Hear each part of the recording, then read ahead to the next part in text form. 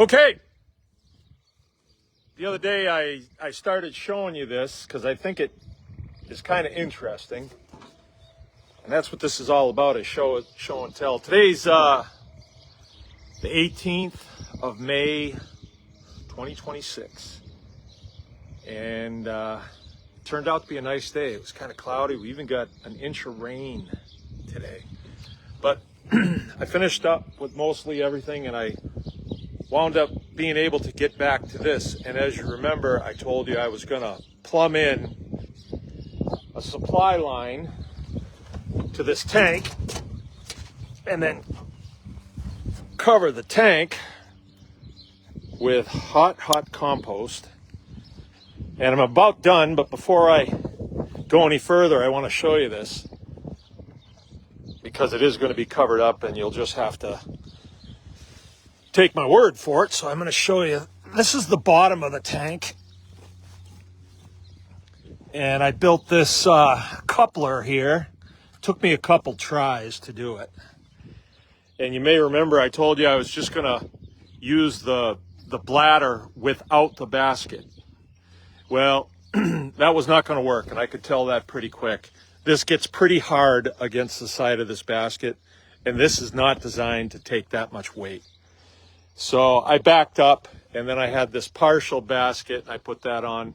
I'm pretty sure this will handle as much weight as that's going to need to take. I'm pretty sure. So I got water running in the bottom right now, and you can see the level is right there. So it's only been running for about 20 minutes. And I see I got a leak down there. Ain't that wonderful? It's not going to matter much, though. And what I got going so far is I've banked up the compost around it. It was pretty impressive when I broke it open. It steamed pretty good. And when I put my hand in this, oh yeah, plenty of heat there. So I've shown you that I temped this before, and it temps at about 158 degrees Fahrenheit. So my theory is that the water is going to take on that heat. And when it does, we have water pressure going in the bottom here on the green line. And out the top of the tank here, you think this might be kind of gross, huh?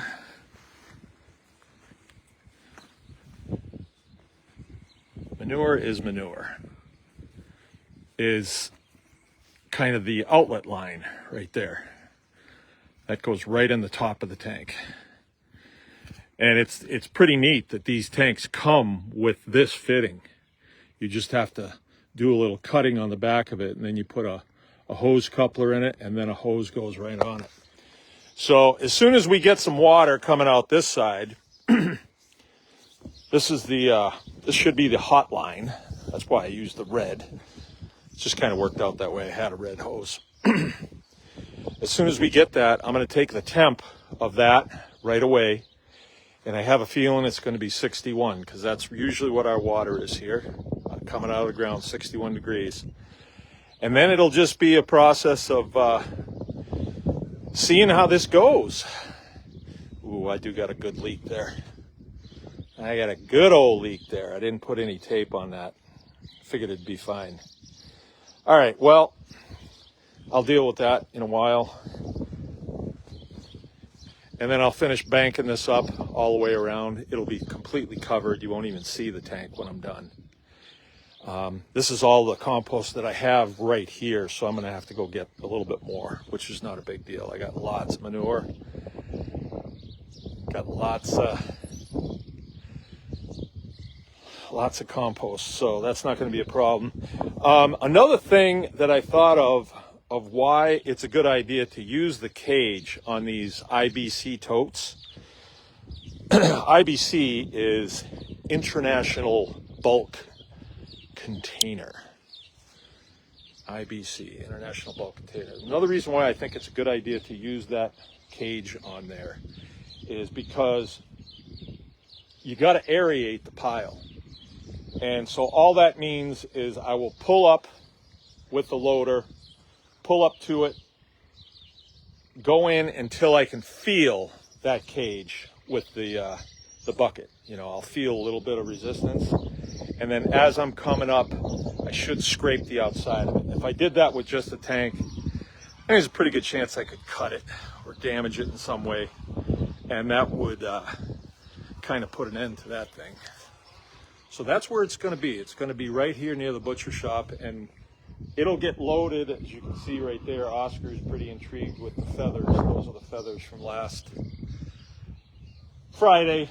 They break down really quick, and this pile is working really well. It doesn't smell bad.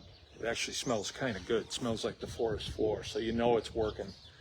And then I'm thinking to keep it going, because this is going to take heat off quickly. Depends how quickly I use it. We're going to need to feed the pile. There's all those little microbiological organisms that are in there. They need to eat, and they go bonkers for feathers or wood chips. I worked today at making some wood chips. I got a chipper, and I needed to cut down some small trees. Actually, that pile of chips there, I ground up a whole bunch of pine and popple, and that's going to go in the milk parlor. Milk parlor's right there. That's where we milk the cows in the morning. And the reason I do that is to bed the floor in there. And if I bed the floor with really dry wood chips, it seems to make a dry crust over the top, and it doesn't dry out, because they urinate quite a bit when they are being milked. So when I use these chips, I get low battery a lot when I make these videos. But that works really well, and this is a kind of sustainable source of floor bedding in there.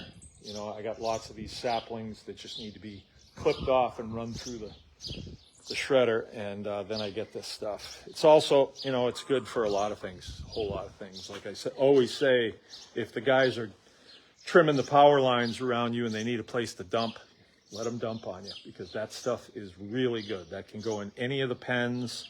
It just adds to the organic material. And a mentor of mine claims, I can't prove this one in a court of law, but he claims that growth hormones are in the tips of the trees. So he says from about 1.25 inches all the way to the tip. So if you get a young tree, and we've got some alongside the road, and I know they mowed the lawn, the road, the shoulders on the road. I know they did last summer. So they mowed them clean off.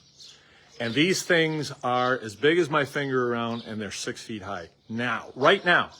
So there's a lot of growth going on there. So when we clip those off, grind them up, put them in the bedding, maybe we get a jolt from that when it goes in the compost, and then the compost goes on the hayfield. Maybe. Would make sense. Would make sense.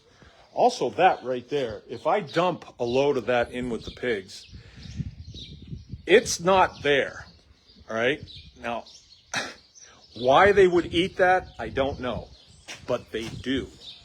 And as far as health goes, the health of our pigs is the best that it has ever been.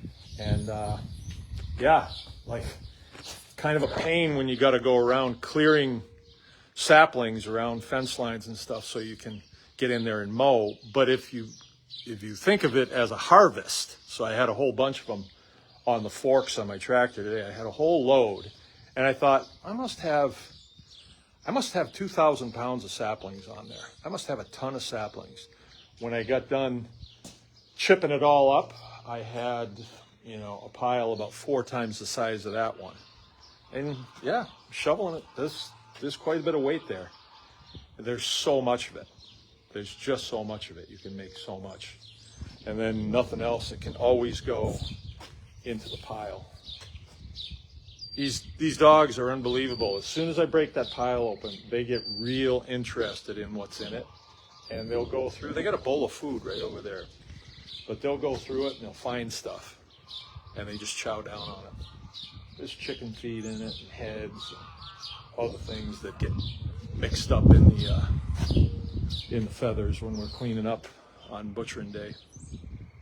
Yeah, that's it, and you can see that the water level is pretty close to the top. I got about another 10 inches to go, and as soon as I get water coming out this side, I'm going to temp it. Probably tomorrow morning I'll temp it again just to see what's happening. All right, remember, anyone can